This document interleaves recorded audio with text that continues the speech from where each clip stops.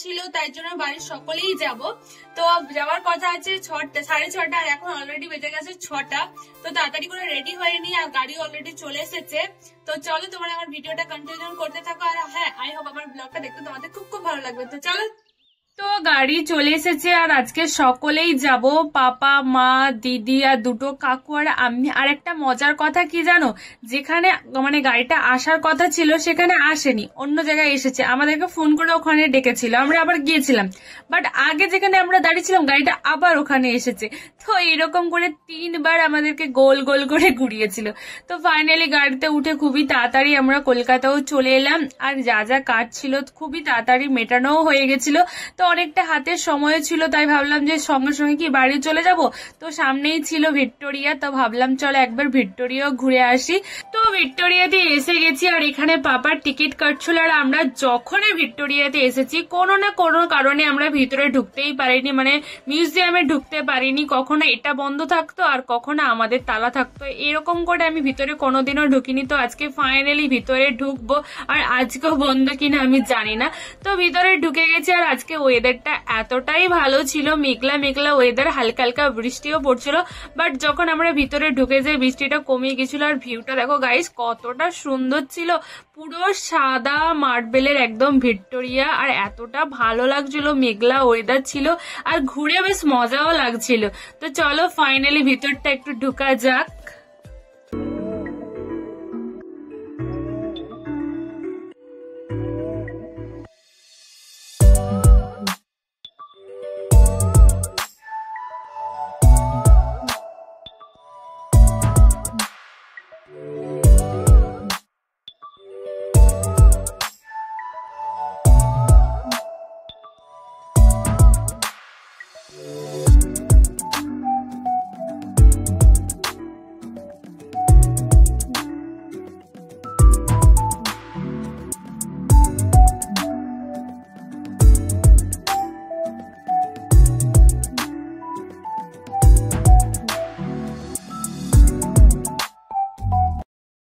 পিছনটা দেখতে পাচ্ছ গাইস কতটা বড় গার্ডেন, আর ওখানে অনেক বড় একটা পুকুরও ছিল। তো ভাবলাম একবার ঘুরে আসি, আর পাপা মাও বলছিল। আর গাইস যা দেখে ফেলেছি, না যাওয়াটাই উচিত। আবার আজকে আমি পাপা মায়ের সাথে এসেছি, বেসিক্যালি ওটা হচ্ছে লাভারদেরই জন্য, মানে যারা জুড়ি জুড়ি এসেছে ও গার্ডেনটা ওদেরই জন্য। তাই ওখানে আর গেলাম না, পুরো সোজা একদম ভিক্টোরিয়ার সামনে চলে গেলাম। কোথায় কি দেখতে যে কি দেখে ফেলবো না না ঠিক আছে, আর তোমরা গাইস বুঝতেই পারছো কি দেখেছি। তো যাই হোক আমরা তো চলে এলাম মিউজিয়ামের কাছে, আর প্রায় আমি দেখি প্রচুর ভিড় হয়, মানে প্রচুর লাইন হয়, বাট আজকে পুরো খালি ছিল। তো চলো ভিতরে ঢোকা যাক।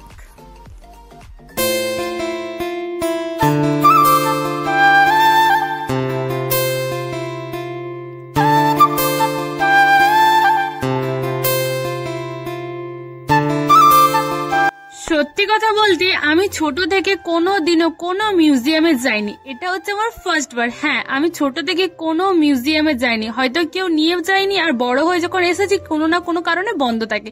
তো এটা আমার ফার্স্ট বার কোনো মিউজিয়ামে আসা। আর গাইস ঢুকতে না ঢুকতে দেখো কতটা উঁচু, মানে সেই লেভেলের ছিল। আর প্রথমে একটা জিনিস চোখে পড়লেই পাঞ্জাবিটা, এটা খাট ঠিক জানা নেই। তারপরে দেখলাম একটা বন্দুক, তারপরে অনেক কিছু ছিল, এটা একটা কি মেশিন ছিল ঠিক বুঝতে পারছিলাম না। আর এখানে অনেক কিছু ছিল, দেখো কত ব্যানার ছিল, কত বড় বড় ব্যানার ছিল, ভীষণই সুন্দর লাগছিল। আর গাইস উঁচুটা দেখছো সেই লেভেলের ছিল, সেই লেভেলের ছিল। আর এখানে দেখো কাঁচের মধ্যে পুরো ভিক্টোরিয়া মানে ফুল লোগো দেওয়া ছিল, ভীষণই সুন্দর। আর এখানে ছিল একটা পান জাহাজ, দেখতে গাইস জাস্ট ওয়াও ছিল, ওয়াও।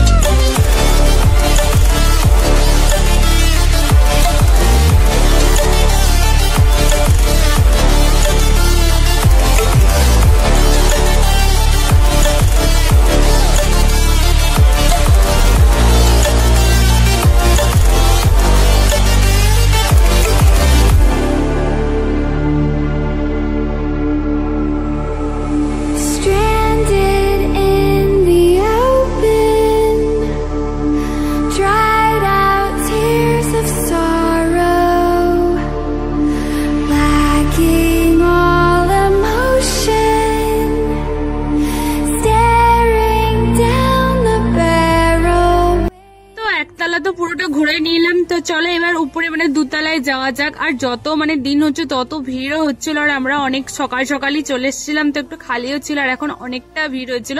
তো গাইস উপর থেকে ভিউটা এতটা ভালো ছিল, আর এখানে উপরে অনেক কিছু দেখার মতো ছিল।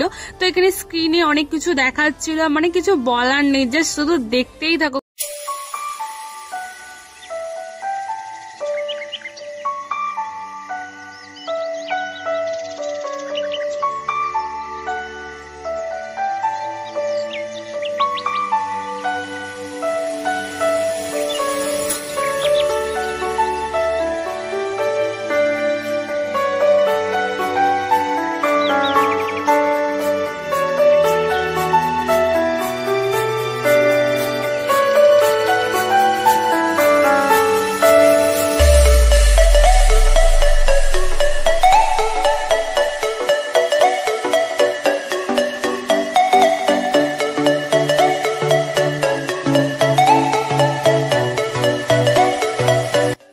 গাইস দোতলা থেকে ভিউটা দেখতে পাচ্ছ, মানে সেই লেভেলের ছিল, মানে অসাধারণ ছিল। পুরো গার্ডেনটা পুরো গ্রিন গ্রিন লাগছিল, আর উপর থেকে যে ব্লু কালারের দেখা যাচ্ছে ওটা মানে পিজি হবে, তো অসাধারণ লাগছিল।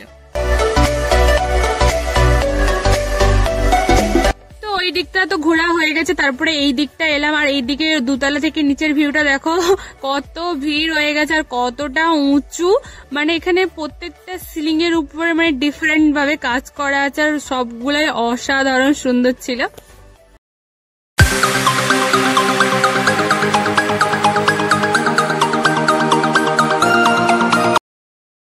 ওখান থেকে আমরা সবাই বাড়িয়ে গেছি, আর আমার তো বেশ ভালো লাগছে, কারণ আমার এটা ফার্স্ট বার কোনো মানে মিউজিয়ামে ঢোকা, আমার তো বেশ ভালো লাগছে, এটা আমার ফার্স্ট এক্সপেরিমেন্ট ছিল, বেশ ভালো লাগছে।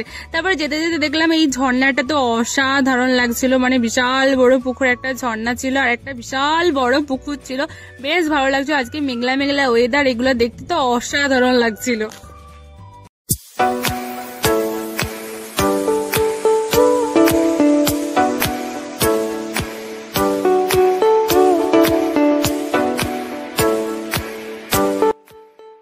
বাড়িয়েই দেখছি এটা হচ্ছে ভিক্টোরিয়া রানী, তো এখানে একটু সেলফি ফটো তুলে নিলাম। তারপরে বাড়িয়েই দেখছি ইয়ারিং এর দোকান, আর তোমরা তো জানোই আমি ইয়ারিং লাভার কত, তো আমি নেব না সেটা কি করে হয়। তো আমি এখান থেকে 3টা ইয়ারিং নিয়েছি, আর ভীষণই ভালো ভালো কালেকশন ছিল, বাট সব ফিক্সড রেট ছিল, 200, 120, আর অনেক দামই বলছিল, আর একটু বার্গেনিং করছিল না, মানে 1 টাকাও কমাচ্ছিল না। তো আমি এখানে 3টা নিয়েছি, আর এখানে দিদিও অনেক কটা ইয়ারিংস দেখছিল, আর দিদিও অনেক কটা ইয়ারিংস নিয়েছে। তারপরে আমরা ইয়ারিংস নিয়ে বাড়িয়ে গেছে, আর এখানে দেখতে পাচ্ছ কত ঘোড়ার গাড়ি, পুরো লাইন দিয়ে ঘোড়ার গাড়ি দাঁড়িয়ে ছিল। আমার তো ভীষণই ইচ্ছা করছিল ঘোড়া গাড়িতে ওঠার জন্য, বাট এখানে ট্রাফিকের জন্য গাড়ি দাঁড়ানো দিচ্ছিল না, তাই ফাটাফাট করে বেরিয়ে যেতে হবে। আর আমার গলাটা পুরো শুকিয়ে যাচ্ছিল, অনেকক্ষণ ধরে ঘুরেছি, তাই আমি যা হোক করে একটা ফাটাফাট করে একটা আইসক্রিম নিয়ে নিয়েছি, আর আইসক্রিমটা নিয়ে পুরো গাড়িতে উঠে গেছে, আর গাড়িতেই খেতে খেতে যাচ্ছিলাম।